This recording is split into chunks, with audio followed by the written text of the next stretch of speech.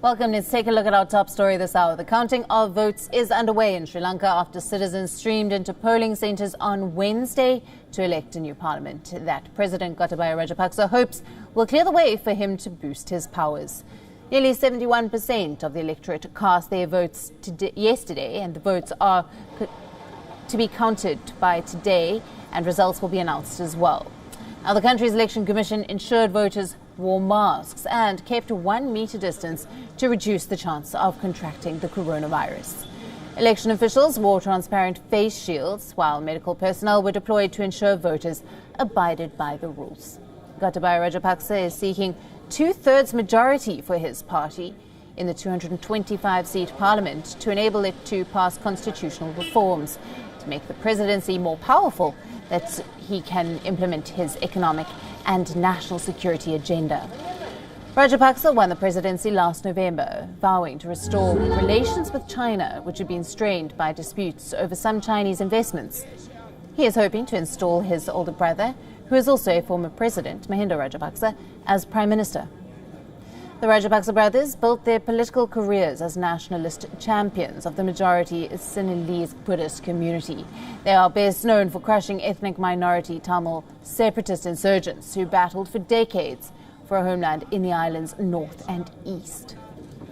The 26-year civil war ended in 2009 when the elder Rajapaksa was president, amid allegations of torture and killings of civilians in the final stages of the conflict. Since then, governments led by the brothers' opponents have sought to reduce the power of the president to prevent abuses and instead strengthen independent commissions appointed by parliament. The tourism-dependent island nation of 21 million was the first to hold a general election in the midst of a pandemic. Sri Lanka has reported 2,838 cases of the coronavirus and 11 deaths until now. The country has been struggling since the deadly Islamist militant attack on hotels and churches last year, followed by lockdowns to slow the spread of the coronavirus.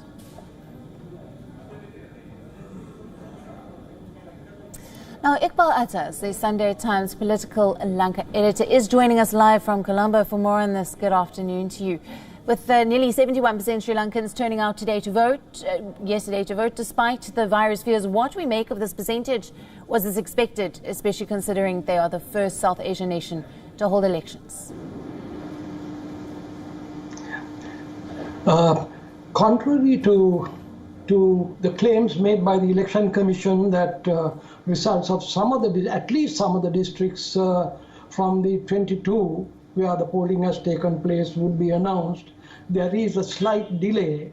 However, the results of some of the electorates, as you know, a certain number of districts or electoral districts make up one district, have been announced together with those of the postal votes.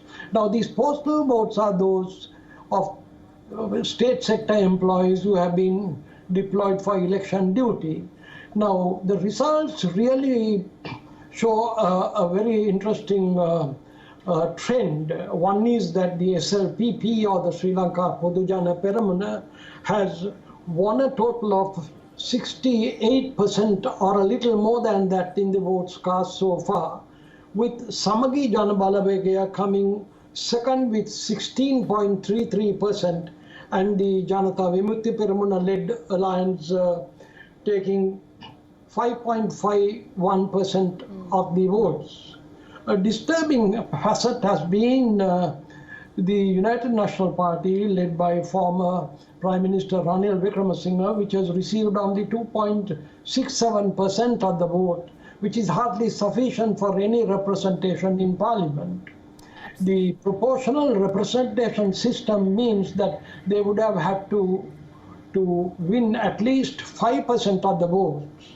Now, these project a very, very clear picture that the SLPP is on the way to a landslide victory and a crushing blow to the United National Party. On that then, Rajapaksa was of course hoping for a 2/3 majority. Now this, you saying, is looking quite possible as a result. If successful with this, achieving this kind of consolidation of power, how much more power does this actually give him? Well, it gives them parliamentary power. Now, since the November presidential elections last year, President Rajapaksa won, and he had been continuing without a parliament. So a new parliament, which will begin sittings from 20th of August, will have a larger representation of Rajapaksa's Sri Lanka Podijana Peramana. And okay, with the two-third majority then, Rajapaksa will be able to implement his own economic and national security agenda. What consequences are there then for the people of Sri Lanka?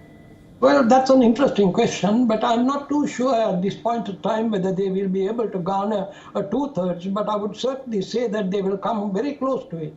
And the more closer they become, the number of votes that they require becomes less.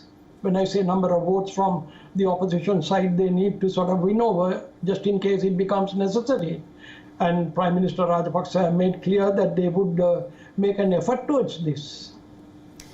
Governments that were led by the opponents of the Rajapaksas have over the years sought to reduce the amount of power that lies with the president and move this to parliament.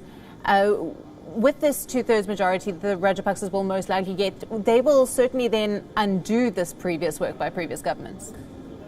Well, there have been abuses both by the Rajapaksa side as well as by the previous United National Party side when President Maithripala Sirisena was in power.